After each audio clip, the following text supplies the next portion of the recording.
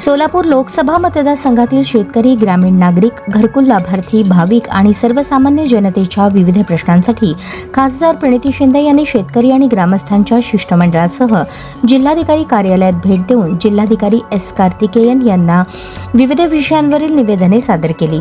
संबंधित प्रश्नांवर तातडीने कार्यवाही करून लवकरात लवकर योग्य निर्णय घ्यावेत अशी मागणी त्यांनी केली.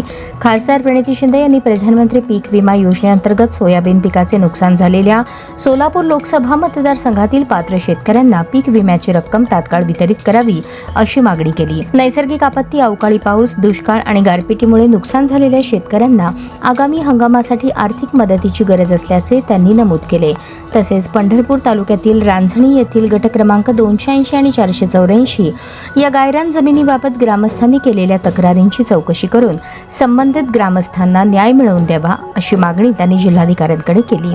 ग्रामीण भागातील पायाभूत सुविधांच्या विकासासाठी जिल्ह्यातील विविध गावांमध्ये ओढ्यांवर पूल बांधण्यासाठी सर्वेक्षण करून आवश्यक प्रस्ताव तयार करावेत व निधीसाठी पाठपुरावा करावा अशी मागणीही त्यांनी केली.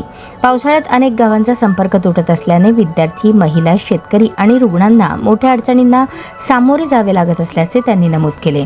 अक्कलकोट तालुक्यातील आंदेवाडी गाव भीमा नदीच्या बॅकवॉटरमुळे दरवर्षी गंभीर समस्यांना सामोरे जात असल्याने गावाच्या पुनर्वसनासाठी आवश्यक कार्यवाही करण्यात यावी अशी मागणी खासदार शिंदे यांनी केली. धार्मिक, पर्यटन आणि स्थानिक विकासाच्या दृष्टीने मोहोळ तालुक्यातील वाळूज येथील श्री नागनाथ मंदिरास तीर्थक्षेत्र ब दर्जा मंजूर करावा अशी मागणीही त्यांनी केली. पंढरपूर तालुक्यातील पोहरगाव येथील रेशन दुकानात इष्टांक उपलब्ध असूनही लाभार्थ्यांना धान्य मिळत नसल्याच्या तक्रारींची चौकशी करून पात्र रेशन कार्ड धारकांना धान्य वितरण सुनिश्चित करावे अशी मागणी केली. मोहोळ तालुक्यातील रानमसले येथे JSW सोलार प्रकल्पामुळे शेतकऱ्यांच्या पारंपरिक वहिवाटीच्या रस्त्यावर अडथळे निर्माण झाल्याची तक्रार ग्रामस्थांनी केल्याने शेतकऱ्यांना पूर्वीप्रमाणे ये-जा करण्यासाठी रस्ता खुला करून देण्याचे निर्देश संबंधित कंपनीला देण्यात यावेत अशी मागणी खासदार शिंदे यांनी केली. घरकुलासाठी जागेचा प्रश्न गंभीर बनला असल्याने गावालगत उपलब्ध गायरान जमिनींचे सर्वेक्षण करून पात्र लाभार्थ्यांना घरकुल बांधण्यासाठी जमीन उपलब्ध करून देण्याबाबत शासनाकडे विशेष प्रस्ताव सादर करावा अशी मागणीही प्रशासनाकडे करण्यात आली.